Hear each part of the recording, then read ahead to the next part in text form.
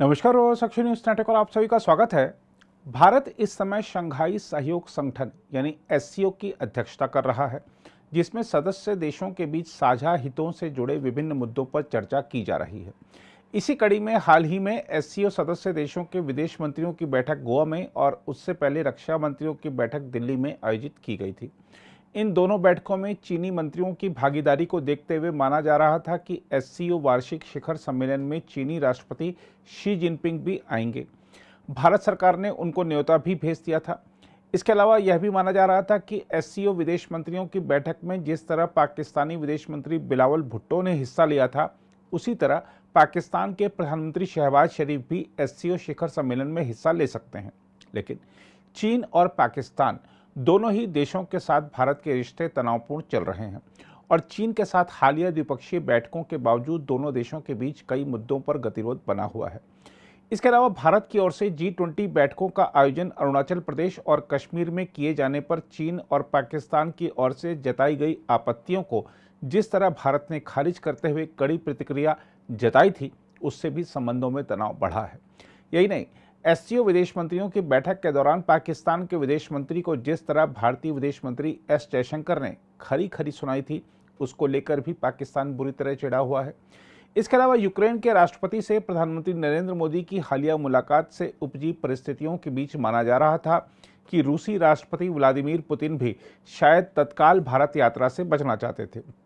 इसी बात को देखते हुए एससीओ शिखर सम्मेलन में कई बड़े नेताओं की भागीदारी को लेकर संशय के बादल दिखने लगे थे और आखिरकार आशंकाएं सच साबित हो गई हैं, क्योंकि भारत अब 4 जुलाई को डिजिटल तरीके से शंघाई सहयोग संगठन के वार्षिक शिखर सम्मेलन की मेजबानी करेगा। हालांकि भारतीय विदेश मंत्रालय ने शिखर सम्मेलन को डिजिटल तरीके से आयोजित करने की वजह नहीं बताई है। अधिकारियों ने बताया है कि विभिन्न पहलुओं पर विचार करते हुए डिजिटल तरीके से शिखर सम्मेलन आयोजित कराने के विकल्प पर चर्चा की गई और सदस्य देशों से विचार विमर्श करने के बाद इस संबंध में अंतिम निर्णय लिया गया। हम आपको बता दें कि पिछले साल एससीओ शिखर सम्मेलन उज्बेकिस्तान के समरकंद शहर में हुआ था, जिसमें प्रधानमंत्री नरेंद्र मोदी, चीन के राष्ट्रपति शी जिनपिंग और रूस के राष्ट्रपति व्लादिमीर पुतिन समेत सभी शीर्ष नेता शामिल हुए थे।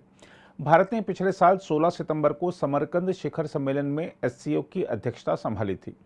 विदेश मंत्रालय ने एक बयान में कहा, पहली बार भारत की अध्यक्षता में एससीओ का 22वां शिखर सम्मेलन डिजिटल तरीके से 4 जुलाई को प्रधानमंत्री नरेंद्र मोदी की अध्यक्षता में होगा।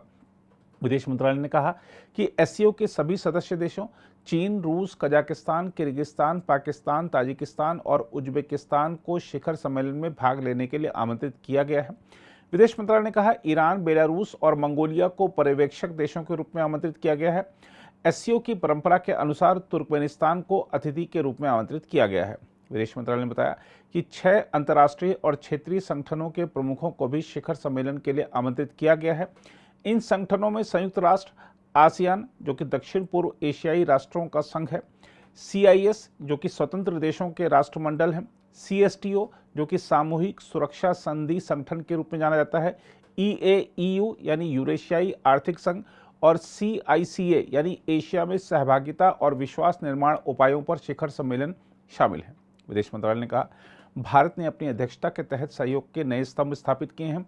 स्टार्टअप और नवोन्मेष, पारंपरिक औषधि, डिजिटल समावेशन, युवा सशक्तिकरण और साझा बौद्ध विरासत।